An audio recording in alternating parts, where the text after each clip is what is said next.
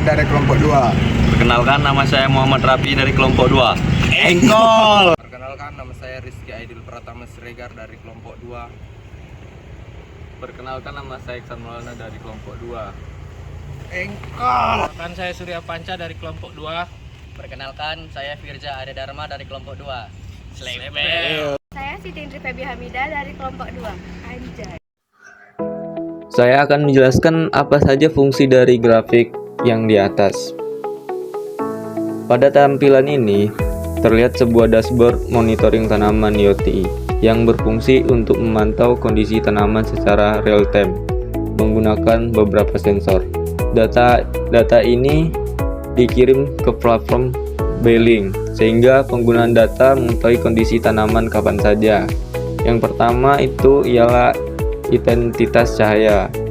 Fungsinya adalah untuk mengukur banyak cahaya yang diterima tanaman. Data ini digunakan untuk mengetahui apa tanaman mendapat pencahayaan yang cukup. Jika nilai cahaya terlalu rendah, tanaman akan mengalami pertumbuhan yang lama. Sebaliknya, jika terlalu tinggi, beberapa jenis tanaman dapat mengalami stres akibat panas berlebih. Yang kedua ialah kelembapan tanah. Sensor ini berfungsi mengukur kadar air di dalam tanah. Nilai tersebut menjadi acuan apakah tanaman masih lembab atau sudah mulai kering. Data ini sangat penting karena digunakan untuk menentukan kapan tanaman perlu disiram. Pada sistem yang lebih canggih, data ini bahkan mengaktifkan pompa air secara otomatis. Yang ketiga ialah kelembapan udara. Selanjutnya terdapat kelembapan udara sebesar 65%. Sensor ini mengukur kadar uap air di udara sekitar tanaman.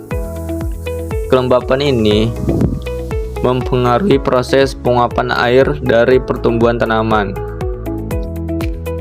Yang keempat ialah suhu udara. Sensor suhu digunakan untuk mengetahui suhu kondisi temperatur lingkungan. Informasi ini penting karena suhu yang terlalu tinggi atau terlalu rendah dapat mempengaruhi proses fotosintesis pada tanaman tersebut.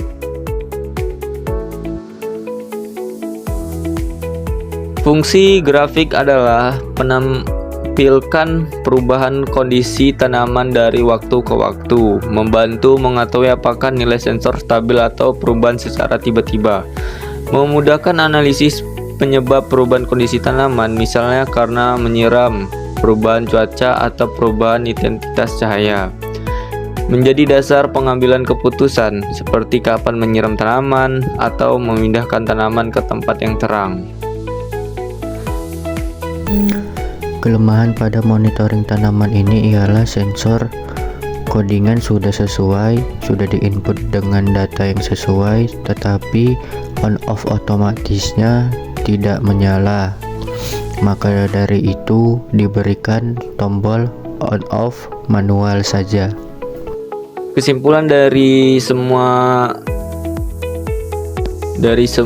data tersebut adalah dashboard ini memudahkan pengguna untuk memantau kondisi tanaman secara real time dengan informasi mengenai intensitas cahaya, kelembapan tanah, kelembapan udara, dan suhu udara secara grafik historinya. Penggunaan dapat mengambil tindakan yang tepat sehingga pertumbuhan tanaman menjadi lebih normal.